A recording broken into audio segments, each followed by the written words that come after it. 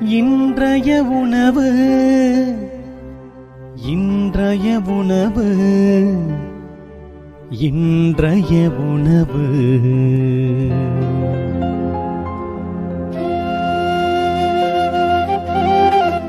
நற்செய்தி வழங்குபவர் தந்தை நிர்மல் ராஜ்.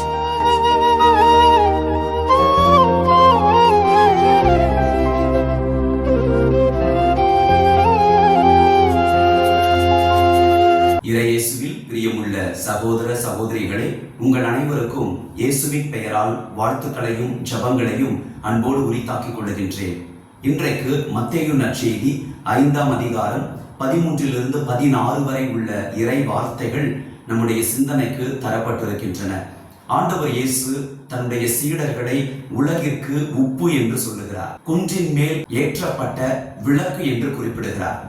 அன்பானவர்களை, நம்முடைய வாழ்க்கையிலும் கூட நாம் இந்த உலகத்திற்கு உப்பாகவும் ஒளியாகவும் வாழ அழைக்கப்பட்டிருக்கிறோம். மண்ணுலகிற்கு உப்பாக நீங்கள் இருக்கிறீர்கள். உப்பு உவர்பற்று போனால் எதை கொண்டு அதை உவர்ப்புள்ளதாக்க முடியும்? அது உப்பு தன்னகத்தை உவர்ப்பு தன்மையை கொண்டிருக்கிறது. எனவே அது உணவுக்கு சுவை ஊட்டக்கூடியதாக இருக்கிறது. நாம் இந்த உலகத்திற்கு சுவை ஊட்டக்கூடிய உப்பை போல வாழ வேண்டும் என்று ஆண்டவர் குறிப்பிடுகிறார். அன்புக்குரியவர்களே, இந்த உவர்ப்பு தன்மையை படைப்பின் தொடக்கத்திலேயே ஆண்டவர் மனிதர்களுக்கு கொடுத்ததை நாம் பார்க்கிறோம்.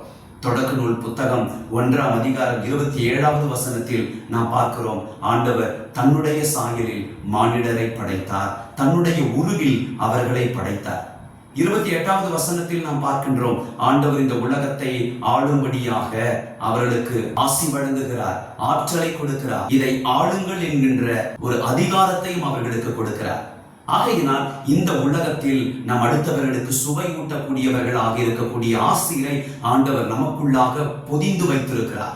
அன்பானவர்களே, பகை உணர்வோடும் கசப்புணர்வோடும் வெறுப்போடும் வாழ்ந்தால் நமக்குள்ளாய் ஆண்டவர் வைத்திருக்கின்ற அந்த உவர்ப்பு தன்மை நிச்சயமாய் இல்லாமல் போய்விடும். அனைவராலும் நாம் விதிக்கப்படுவோம் என்பது உறுதி. இரண்டாவதாக ஆண்டவர் சொல்லுகின்றார், நீங்கள் உலகிற்கு ஒளியாக இருக்கிறீர்கள். ஒளியின் தன்மை இருளை விரட்டி அடிப்பது. அதுவும் ஆண்டவர் விளக்கை ஏற்றி எவரும் மரக்காலுக்கடியில் வைப்பதில்லை, மாறாக எல்லாருக்கும் ஒளி தெரியும்படியாக விளக்கு தண்டின் மீது வைப்பார்கள். நாம் தான் அந்த விளக்கு. ஆண்டவர் நம்மை ஒரு உயர்ந்த இடத்தில் வைத்திருக்கிறார். நாம் தரம் கெட்டு போகக்கூடாது. அடுத்தவர்களுக்கு வாழ்வை கொடுக்கக்கூடிய ஒளியாகிய இயேசுவை பின்பற்றி அந்த ஒளியிலிருந்து நாம் ஒளியை பெற்று நம்மை பின்பற்றுகிறவர்களுக்கு நாம் ஒளியாக இருக்க வேண்டும். யோவான் நற்செய்தி 8:12 அதை ஆண்டவர் குறிப்பிடுகிறார், உலகின் ஒளி நானே, என்னை பின்தொடர்பவர் இருளில் நடக்க மாட்டார், வாழ்வுக்கு வழிகாட்டும் ஒளியை கொண்டிருப்பார். எங்கள் அன்பின் ஆண்டவரே, நாங்கள் இந்த மண்ணுலகிற்கு உப்பாக வாழ, அடுத்தவர்களுக்கு சுவை ஊட்டக்கூடிய வாழ்வை வாழ நீர் எங்களை அழைத்திருக்கிறீர். ஆண்டவரே, நாங்கள் அடுத்தவர்களின் வாழ்க்கையில் ஏற்றத்தை காண, நாங்கள் அவர்களின் வாழ்க்கையில் சுவை ஊட்டக்கூடிய வாழ்வு முறையை நாங்கள் மேற்கொள்ள செய்திடும்.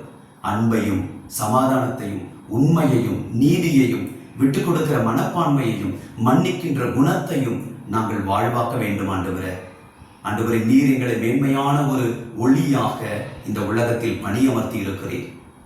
அந்த ஒளி அனைவருக்கு முன்பாக ஒளிரும்படியாய் ஒளியாகிய உண்மை நாங்கள் பின்பற்றி அடுத்தவர்களின் வாழ்க்கையில் ஒளியேற்றக்கூடியவர்களாய் இருக்க செய்திடும். எங்கள் உள்ளத்தில் நீர் ஊற்றியிருக்கிற அந்த ஒளி அணையாது காக்கும் பொருட்டு நாங்கள் ஒவ்வொரு நாளும் உம்மால் வழிநடத்தப்பட செய்திடும். இயேசுவின் நாமத்தில் ஜெபிக்கின்றோம் தந்தையே, ஆமேன். God bless you.